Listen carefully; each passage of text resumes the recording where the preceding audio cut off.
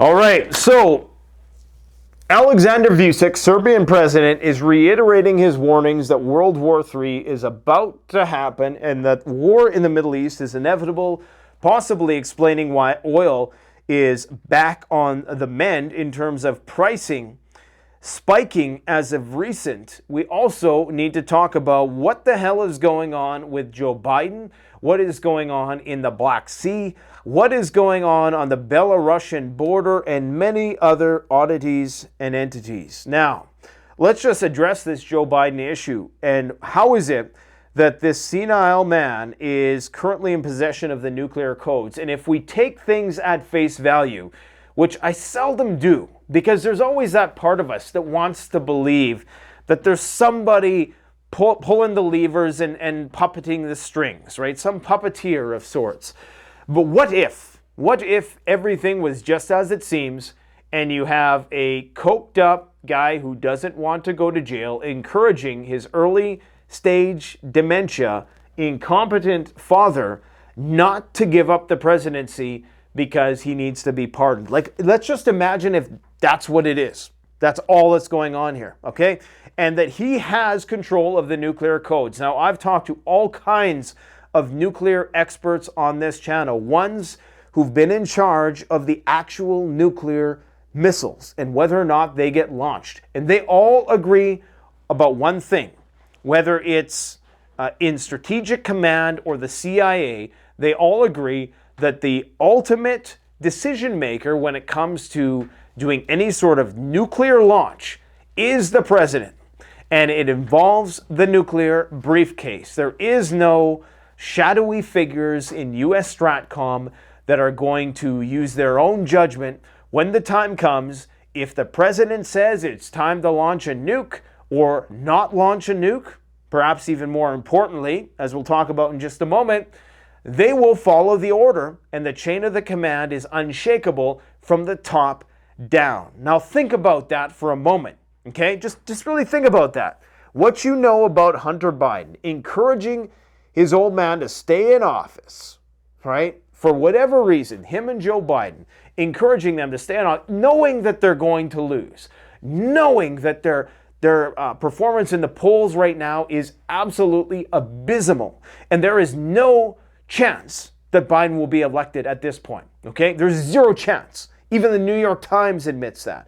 NBC admits that. All of the formerly people who gaslit us into believing that Joe Biden was sane are now saying that he has no chance of winning. And this is the guy who is being puppeteered by his cokehead son, is in charge of the nuclear weapons. Now, if you're Vladimir Putin, and you're Xi Jinping, and you're looking at your watch and you're saying, look, we got about 6 months till somebody else jumps in the driver's seat. We know that World War III is inevitable. Why? Because of Thucydides' trap. We know that a rising superpower is a threat to an established one. Time and time again, it always leads to war. Now, right now, you have a multipolar world emerging with a coalition of superpowers. Russia is getting stronger.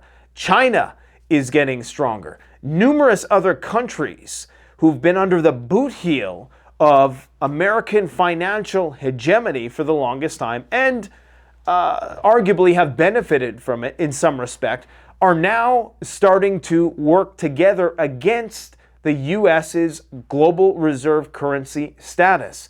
And eventually that has to come to an end. Now, the United States, knowing this, has been putting out fires for the last several years on every theater from Ukraine to Korea to Taiwan and in the Middle East. And right now there appears to be some coordinated attempt to keep the United States doing this game of whack-a-mole, exhausting their resources so that every side can continue to start taking ground. And the United States has this geriatric man who is in early stage dementia, who clearly is not cogent enough to do anything without a lot of prep, and even with a lot of prep, fails miserably. And this is not really even a slight against Biden. Everybody's going to get old someday, okay? But the fact that his family and certain constituents are still holding him there for whatever reason so that he can continue to write checks, weekend at Bernie style, tells you that something is going on here. Either they know that the shit is going to hit the fan and they just want him in there because they know he'll be easiest to manage. Maybe they even want Trump to win, because let's face it, another 4 years, that would be great for CNN's ratings. To be able to criticize Trump, that would be great for Saturday Night Live, okay? But what really concerns me here is that right now you have, if we take it at face value that Biden is really in control, you have to be wondering, with Vladimir Putin knows that a confrontation with NATO is inevitable. They're preparing for it. They're making sure that they don't, they overstep the red lines like they're doing in the Black Sea now. Now they're putting manned pilots in the cockpits of these reconnaissance planes because they want to cast its belly to go to war with Russia. We know that. Russia knows it's inevitable, and this is why Vladimir Putin has exhibited so much patience with NATO, because he knows that it's coming. He knows 0 day is in the cards. And so why get your panties in a twist over a few oil refineries that go up in smoke, or even a few nuclear radars that get taken out? Yes, all of those things certainly add to the deployment of tactical nuclear weapons and the defiance of the Intermediate Range Nuclear Forces Treaty, which of course Trump backed out of in 2019. And again, if you think Trump is going to get us out of this, you're sadly mistaken. Even one of his supporters, Colonel Douglas Macgregor, admits that the decline that we are on right now, the best thing Trump is going to be able to do is maybe apply the brakes, which is not to say that the situation is going to stop devolving at all. It just means that maybe it's going to buy us a bit more time. What he's not going to be able to do is turn the ship around. The Russians will never trust the transatlantic alliance ever again. NATO is going to continue to wrap this up. So if you're Vladimir Putin and you see this as your opportunity, you know the guy with the nuclear codes, if we actually believe the CIA experts and the Stratcom experts that we've had on the channel, if we actually believe them that he is the final say, or that Hunter Biden and Joe Biden are the final say, because he's going to be looking at them like this, and Jill's going to say yay or nay on whether or not we end the world. I mean, just think about it, and Hunter Biden's going to be in the background smoking a cigarette, whatever, right? Just imagine that. Imagine that scenario. Isn't that fucking terrifying? But that's reality. People say, oh, it'll never happen. Look, we have nukes. They exist. We spend billions of dollars on them every year. Israel just spent $1 billion on nuclear weapons last year. We know they exist. We know that there's an old man in charge, and this is not a slight against the elderly. I respect elders and their wisdom, but clearly you reach a point when you don't have the mental acuity and the profundity of understanding things to be able to do the most important job arguably in the world, okay? So this is a clown show. This is a cartoon.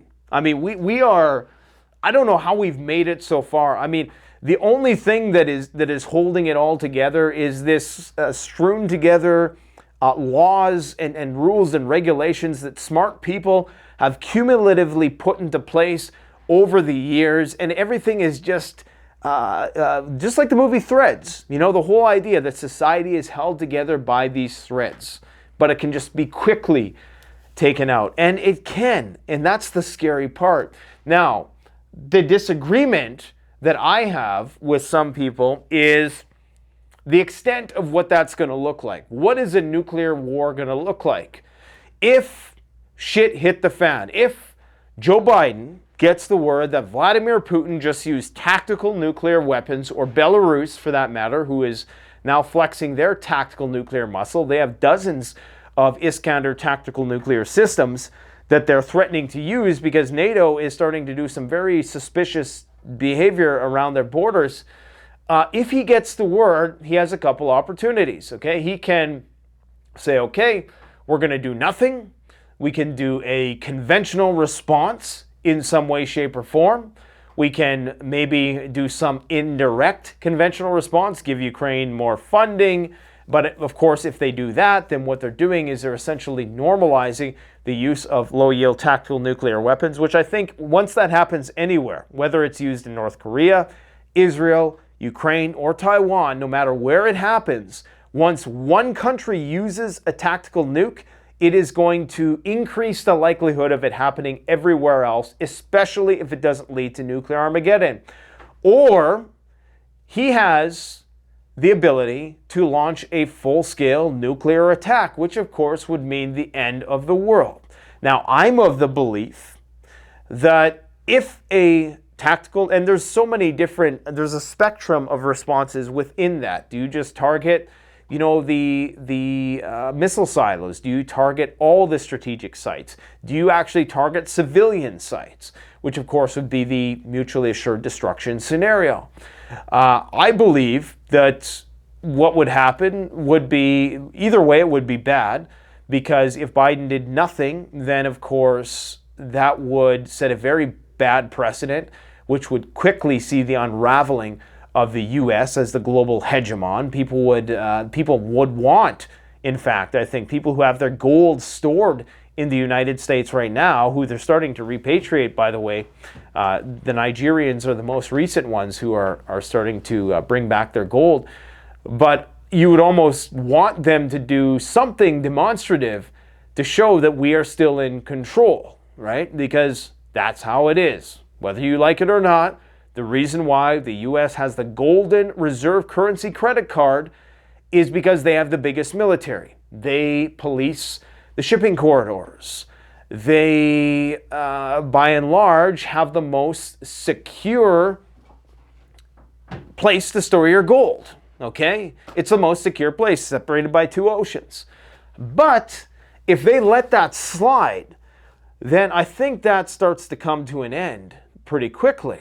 And people start to say, well, if they're showing weakness there, maybe we can do this too, and they won't respond. So this means that they're very likely going to respond. And I think the people around Biden have their own set of contingencies for how they're going to nudge him to respond. Because you know he's going to have that dumbfounded look on his face when the shit hits the fan. And I'm not saying it's an easy decision. I'm not saying if I was put in that position, I would have the right answers either. It's a decision that nobody would ever want to have to make. But I'm quite certain that they already have a response that they're going to advise him to do, okay? And I think that response, as they've said, is a conventional strike against Russian forces, which of course will cause the Russians to respond against NATO with, you guessed it, tactical nuclear weapons. Now the question is, the thinking is that, okay, Russia knows a 0 day is inevitable, so they're not getting their panties in a twist over, you know, having these little bee sting attacks waged against them. If they're going to go in, they're going to go all in. And so there's two types of thinking. One, that the first use of nuclear weapons will be the last, because the Russians view it as inevitable, as Vladimir Putin famously has stated. If you know that you're going to be in a fight, you might as well throw the first punch. So the best way to go all in on a preemptive strike, which is why they're changing their nuclear doctrine in ways that haven't been fully disclosed as of yet. And that should be concerning, because the whole purpose of it, to be a deterrent, is to disclose it and to say, we're considering a preemptive strike.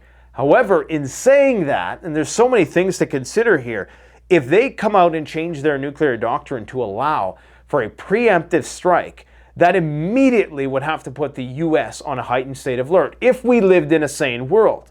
Because then you would have to presume that the Russians were far more likely, given the current set of circumstances in the Black Sea and elsewhere, to do that.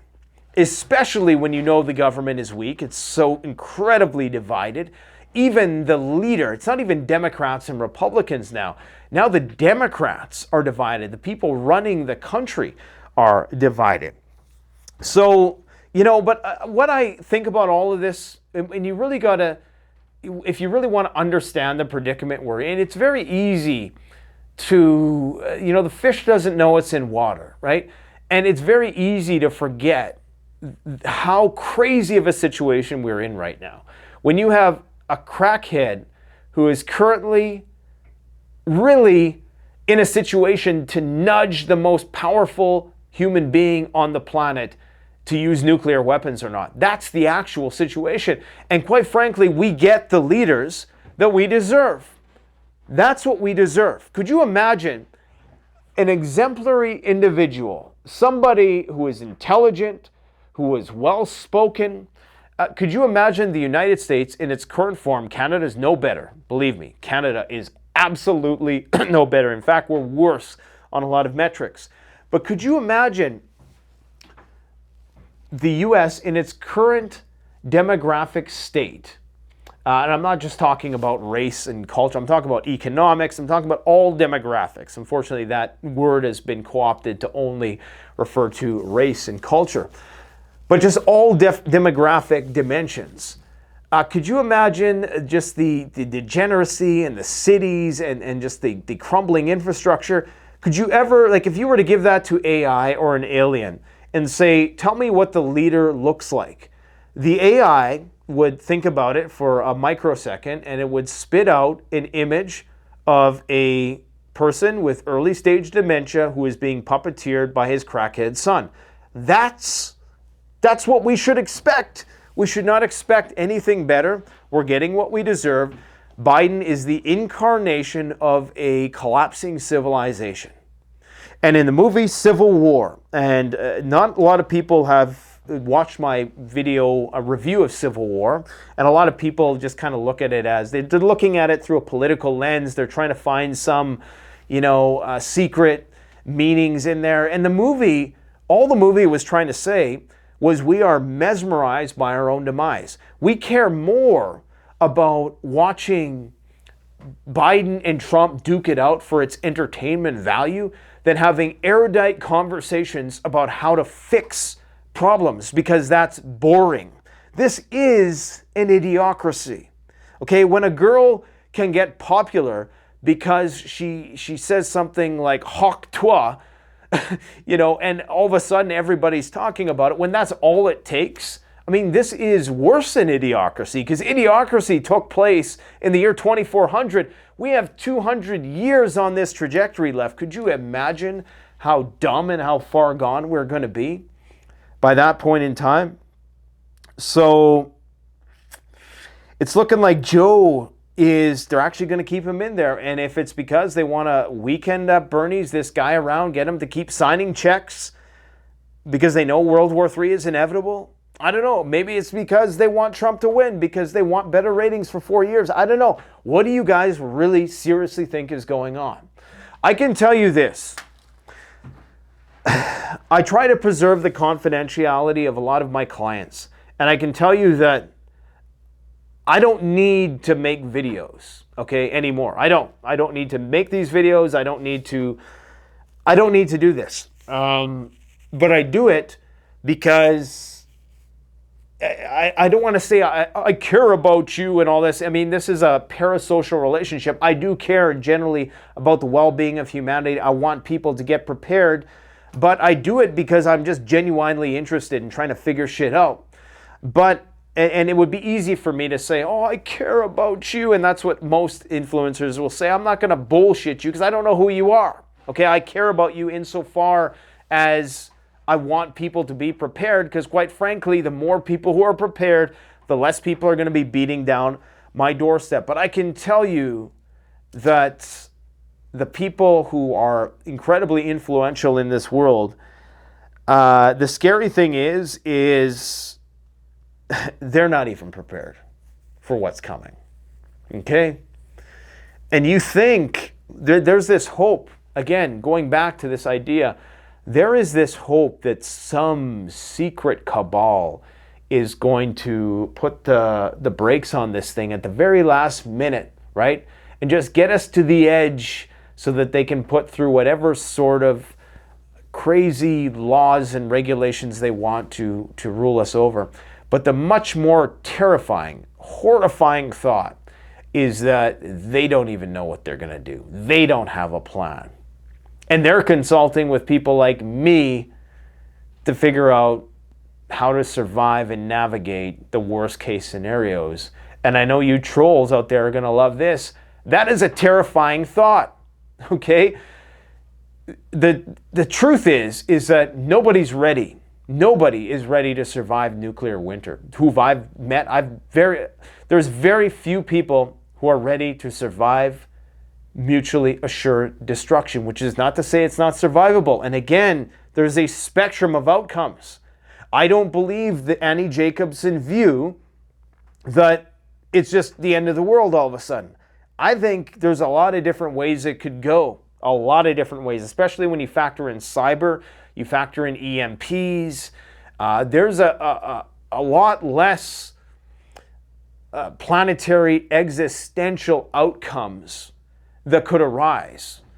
You know, there's things that could, and those arguably would be far worse to endure. But, oh, Jesus, I'm going to fill off my EMP box here. I actually stand on a box that is a Faraday cage full of stuff, and occasionally I slip. But all of these outcomes are inauspicious. And so this is why I think my calling at this point in time is just to try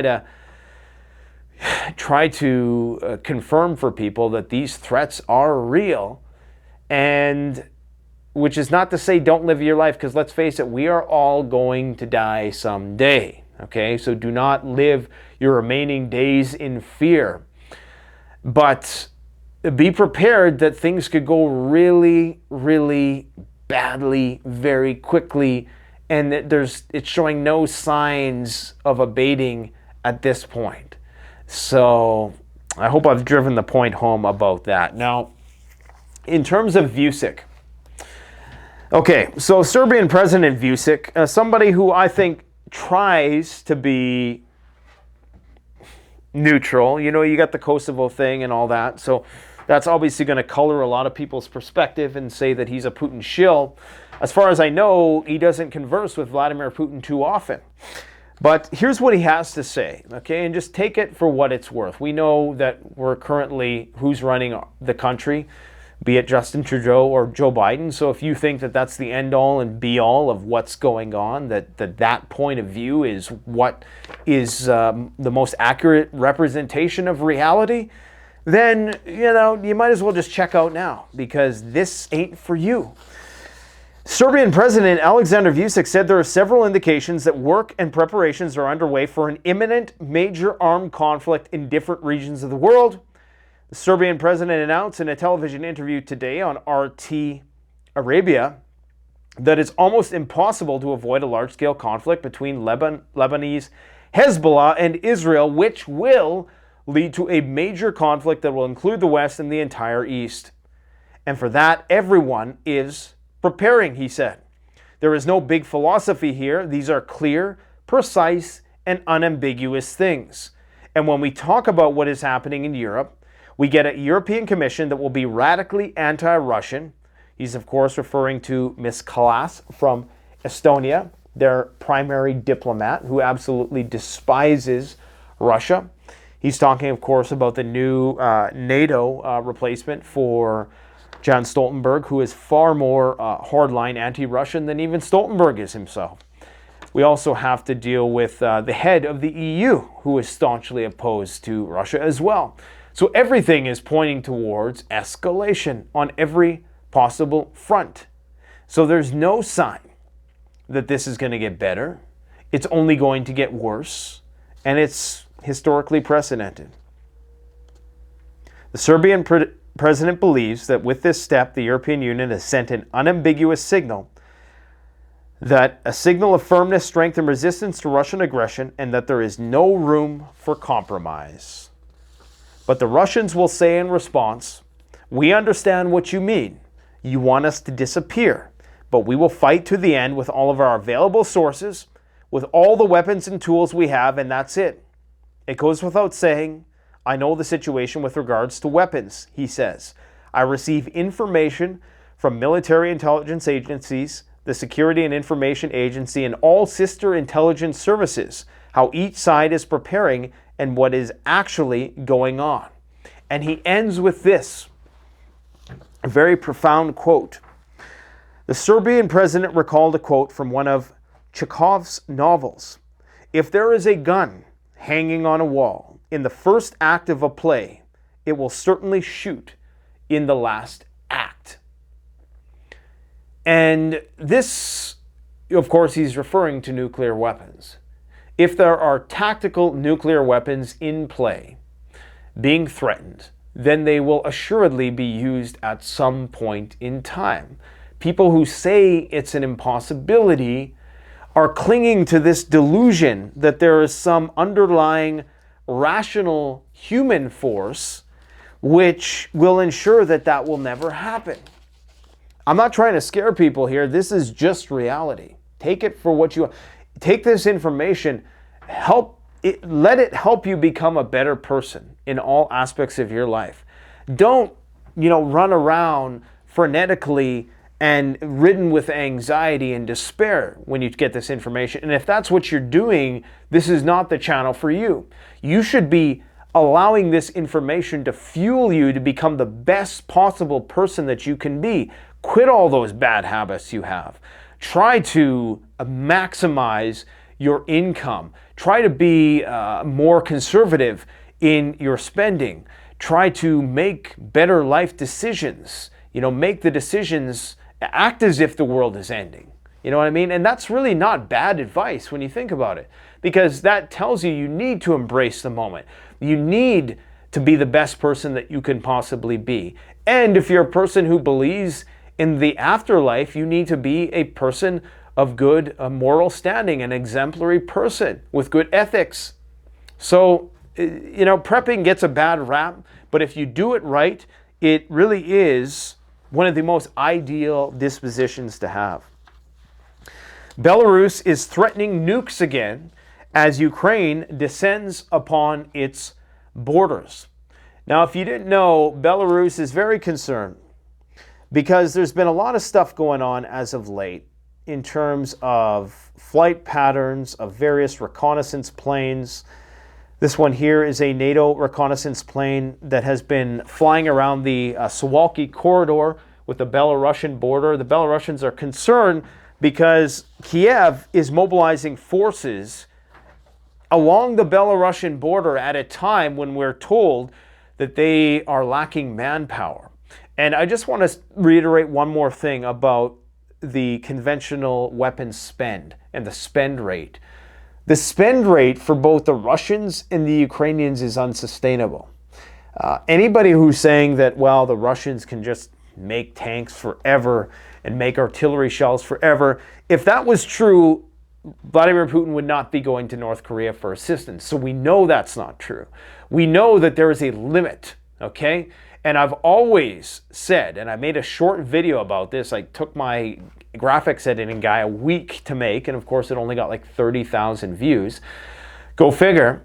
But this is probably one of the most important videos I ever did, because it talks about how as the conventional weapons stockpile diminishes, it's going to become financially lucrative that you use that Wunderwaffen over there that can do, one of them can do what 10,000 of these other things can do, and you have several thousand of them. Of course you're going to use it, especially if it's a last ditch. So thankfully, we still have conventional munitions being developed. But if the spend rate vastly exceeds the production rate, that means that inevitably you are going to run out of conventional weapons. And when that happens, and probably long before that happens, because they're going to anticipate that shortage. So it's not just, okay, we ran out of artillery shells, now it's time to drop a tactical nuke. It's saying, okay, we have X amount of artillery shells, this is going to last us 2 years, we're not going to be able to outproduce. After that, ergo, we must use nukes. We might as well use it now before the other guy uses it, right? So it's, was it the prisoner's dilemma of sorts situation? Belarus is threatening nukes again. Belarus will be ready to use its non-strategic weapons gifted by Vladimir Putin last year if they feel that their territory is threatened.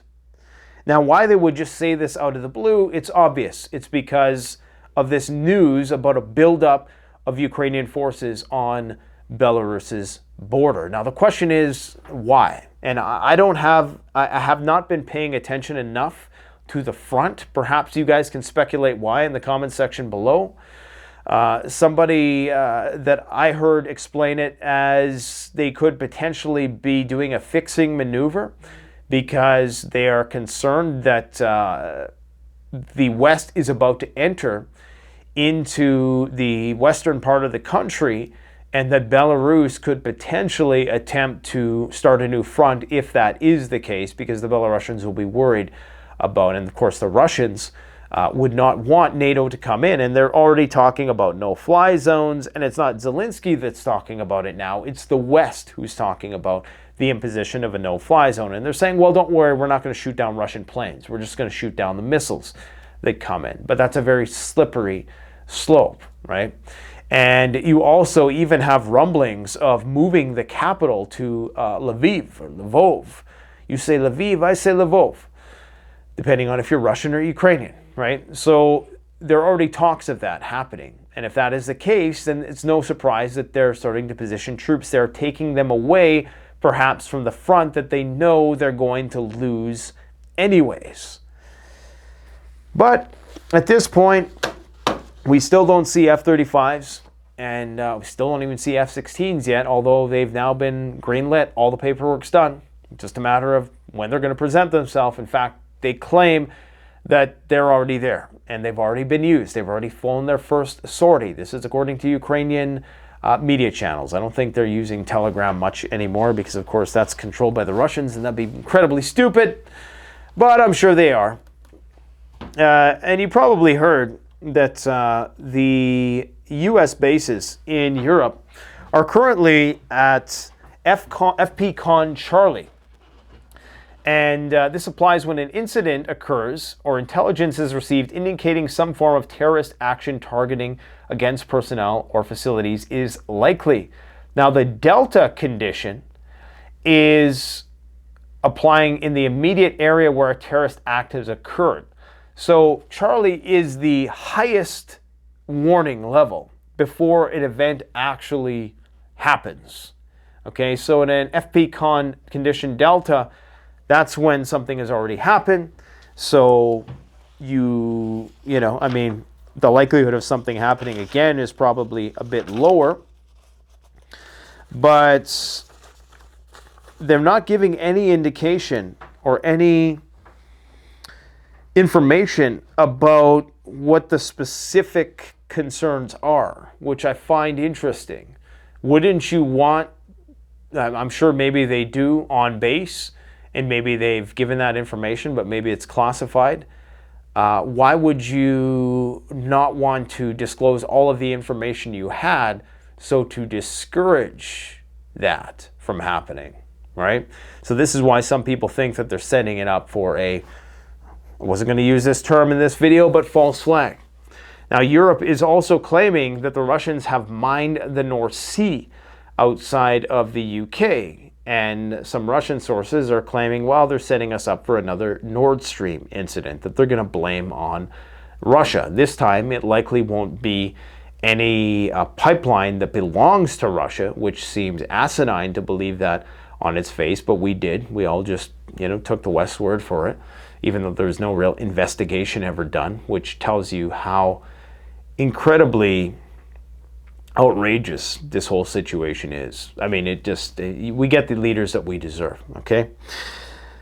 So, FPCON Charlie, and it could be in respect to what's going on in France. Of course, the U.S. warned that during the Olympics, there was a high potential for a terrorist attack.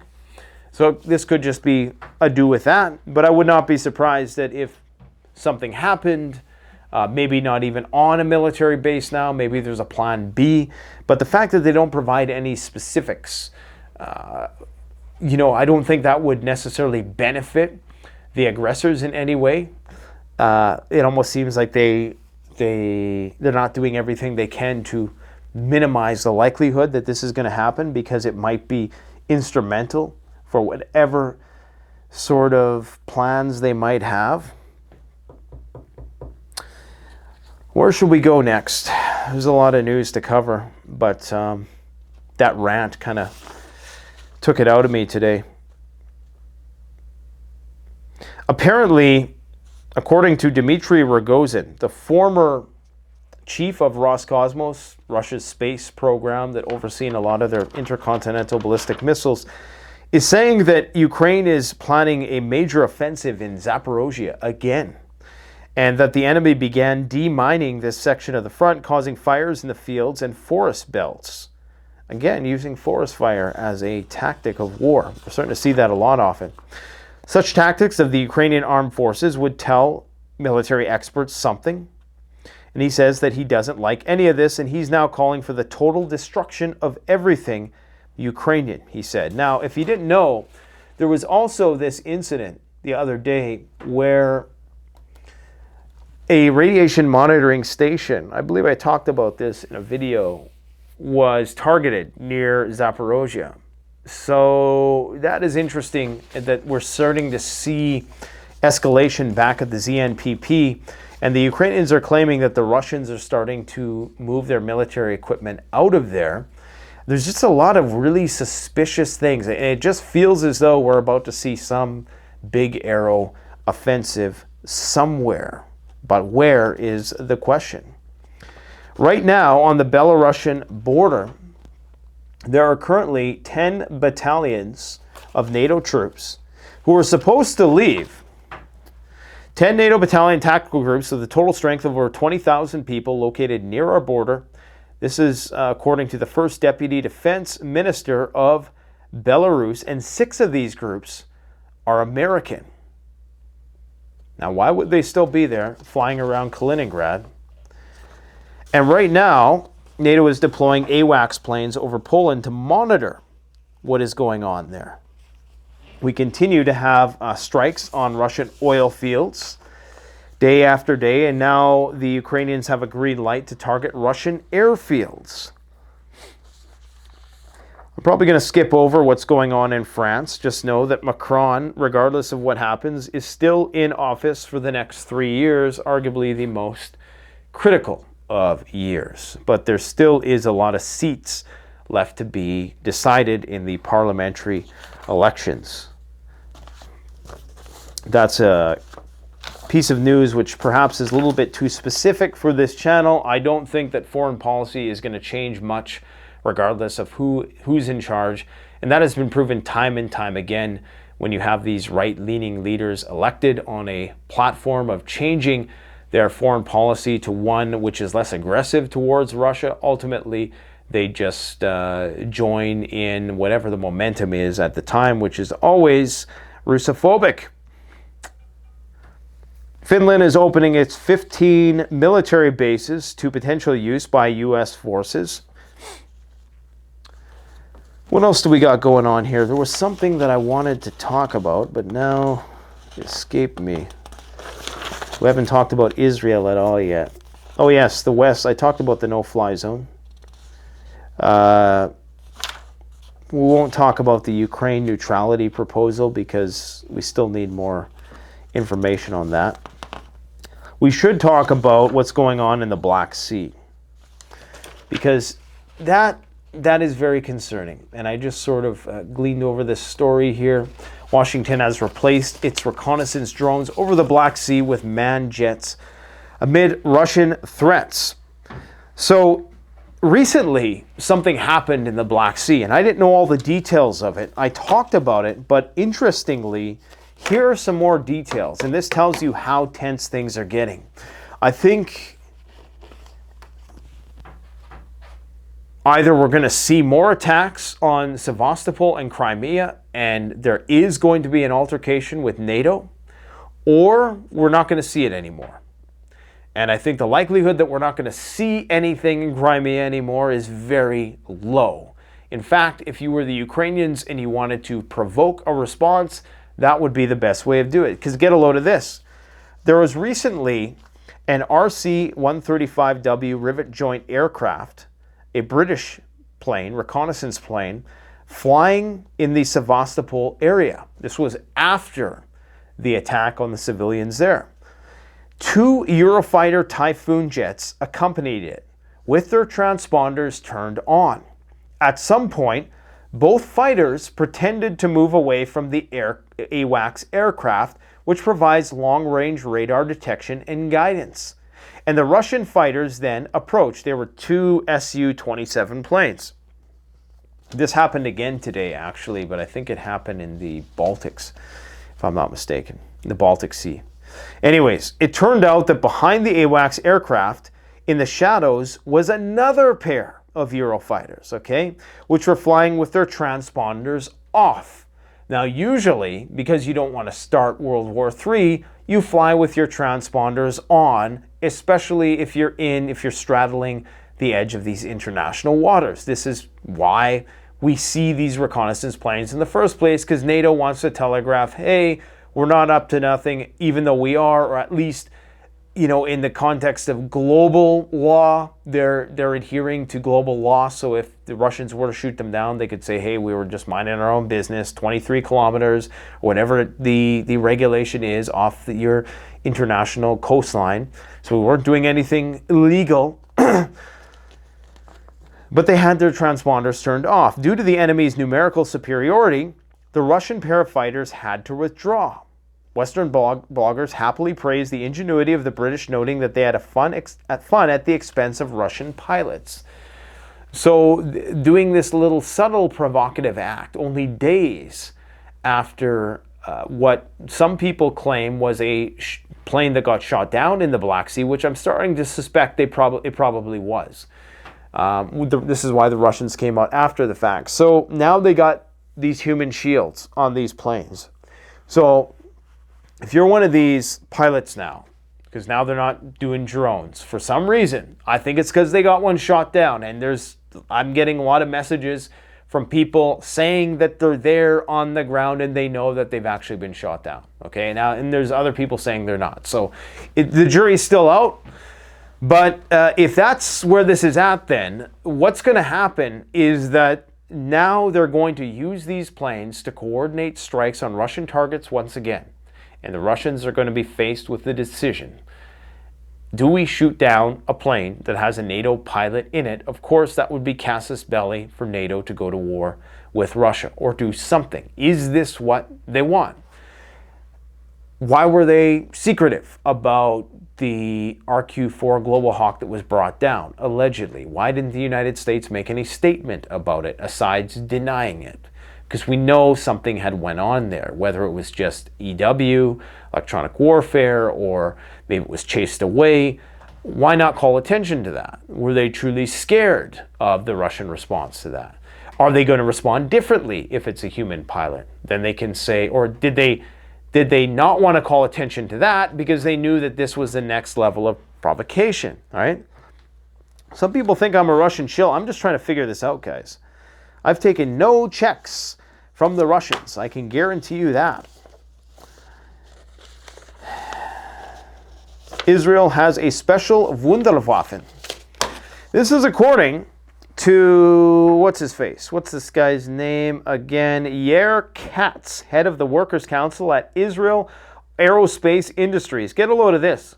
I probably should have talked about this sooner. This is actually a story from a couple days ago, but I've been too busy trying to get her done, get the homestead all up and running before nuclear winter befalls us, which may just be futile, you know, when you think about it, but that's why you stockpile food, because it's just easier. We have a unconventional weapon, they claim. If Iran, Yemen, Syria, Iraq, and all the countries of the Middle East decide it's time to settle scores with us, I understand that we have the capabilities to use the weapon of the apocalypse. And he stopped short of calling it a nuclear weapon, which leads me to believe that perhaps this is some kind of EMP, maybe some kind of neutron bomb, who knows. We have a weapon that changes the equation. The Americans, the British, and the Germans are helping us with information, and their help is critical. If there is an existential threat, we have the doomsday weapon, said Yair Katz, head of the Workers' Council at Israel Aerospace Industries, which makes the Jericho missiles, which can be nuclear tipped. Recently, there was a missile test with an 1,800 kilometer range, which is the approximate distance, I should add, from Israel to Tehran. Russia's early warning radars were the ones that detected the launch. This is from War News 24/7. According to the Russians, Israel simulated a strike on Iran, while there are fears that the simulation was not for a simple strike, but a nuclear one. And indeed, why would the Israelis just launch a Jericho missile at Iran? Wouldn't make a lot of sense at this point.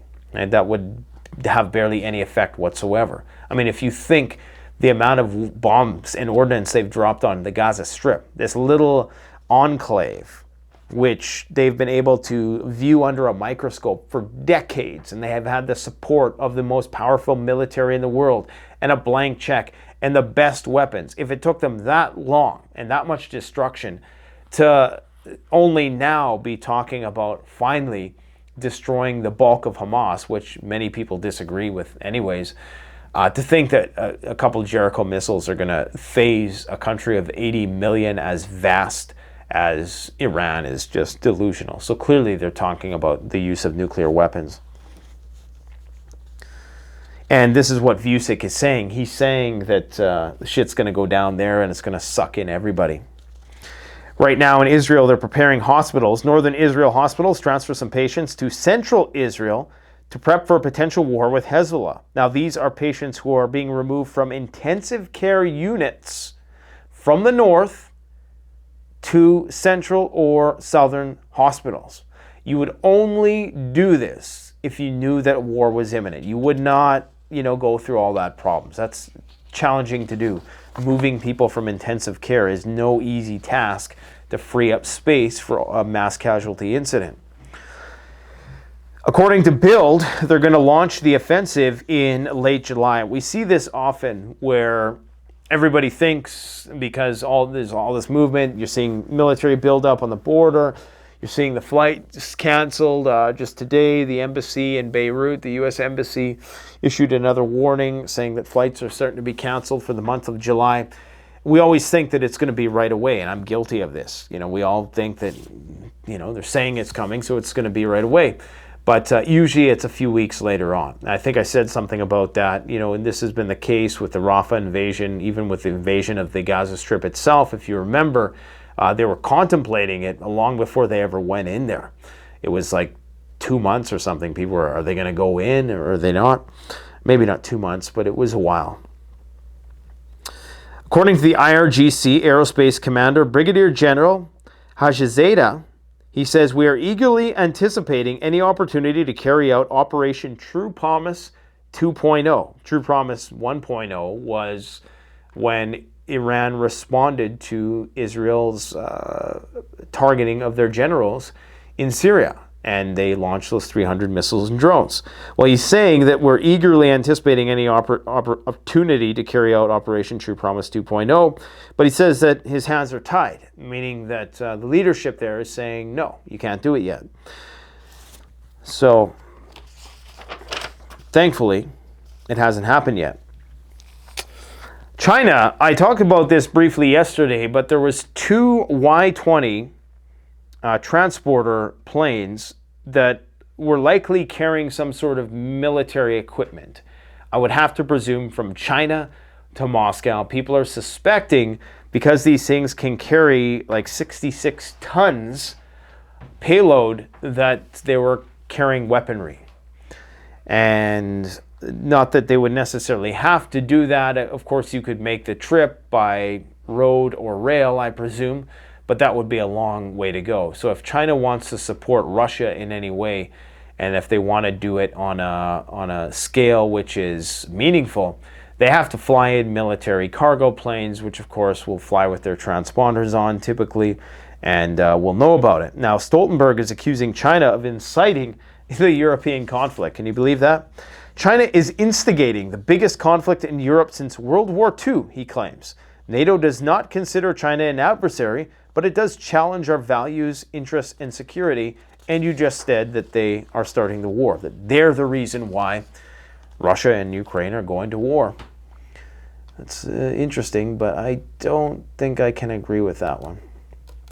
Not sure if I showed you guys this one, but this RC-135 rivet joint has been circling Kaliningrad as well. So something weird is going on the Belarusian border.